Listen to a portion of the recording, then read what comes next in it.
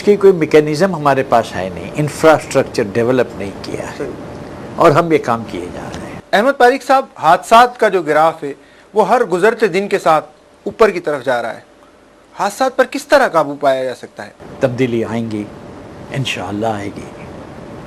اور ابھی میں نے آپ کے ساتھ بات کی کہ سنگاپور کی ہمارے سامنے مثال پڑی ہے کہ دنیا کا موسٹ کرپٹ نیشن تھا، وہ سنگاپور تھا۔ آج وہاں تم ایک کاغذ کا ٹکڑا نہیں پھینک سکتے ہو،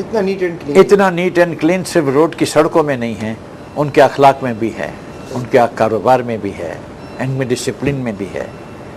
تو تبدیلی تو آئیں گی، نا امیدی کی کوئی ضرورت نہیں، صرف ضرورت جو ہے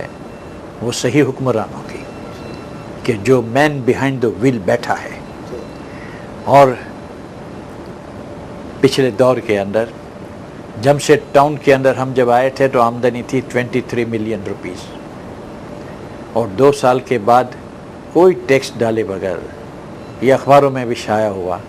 23 ملین کی جگہ پر 324 ملین، یعنی 2 کروڑ 30 لاکھ کی جگہ پر 32 کروڑ 40 لاکھ ہو گئی، اسی بھنگی کھاتے میں، ایک 0% ٹیکس ڈالے بغیر۔ تو یہ میں یہ نہیں کہنا چاہتا ہوں کہ ہم کو اس میں بڑے، مگر انسان جب کوشش کرتا ہے تو کامیابی رب ڈالتا ہے، اور انشاءاللہ اس میں تو آئے گی کہ کتنے جنے صرف کنٹینروں میں نہیں، ٹینکرز میں، بسوں میں، یہ روڈ کے اوپر جو دن دناتے گھومتے ہیں۔ تو موقع تو نہیں ہے کہ میں آپ کو کوئی گانے کے روپ میں سناؤں کہ ادھر ہے جھومتی زندگی اور ادھر ہے موت کھڑی۔ آپ جب گاڑی لہرا کے جا رہے ہو، ہر لمحے آپ کو یہ ہوتا ہے، مگر اس کے لیے ایک بات ہے، اللہ کرے عامر نے پڑھی ہوگی، مگر سبحان الذی سخر لنا ھذا وما کنا لہ مقرنین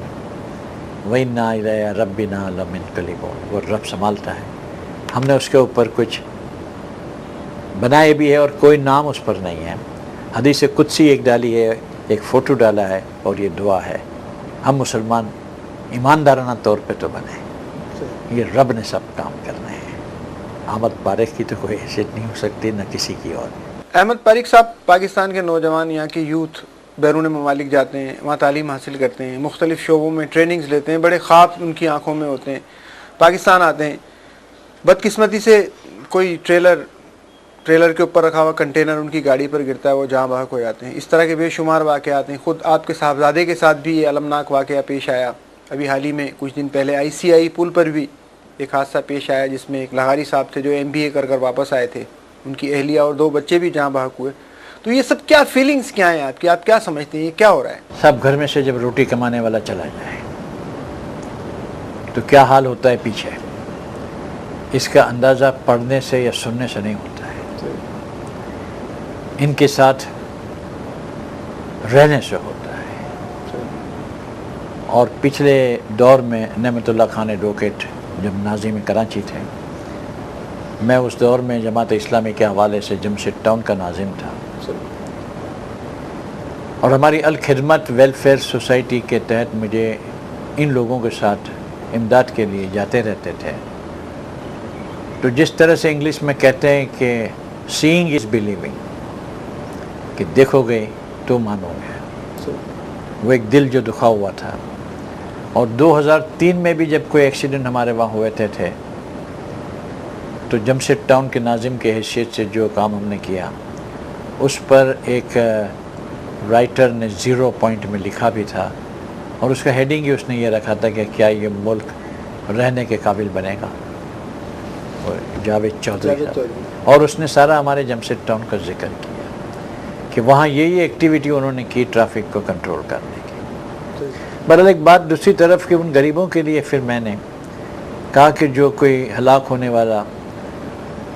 کہ گھر میں میٹرک تک کی تعلیم، اسکول فی صرف ہمارا خاندان اور ہمارے دوست برادر باہر سے کچھ بھی نہیں، اپنی زکوٰۃ کے ذریعے ان کو پیسے دیں گے، اور وہ ہم نے قائم ابھی کیا۔ جب ناظم تھا تب بھی ایک بھائیوں کو ہم لوگ تربیت دیتے تھے کہ بھائی تیری شادی کے اندر یا مہندی کے اندر یا برتھ ڈے میں 2,50,000 جو خرچ کر رہا ہے، تو ایک کام کر کے یہ پیسے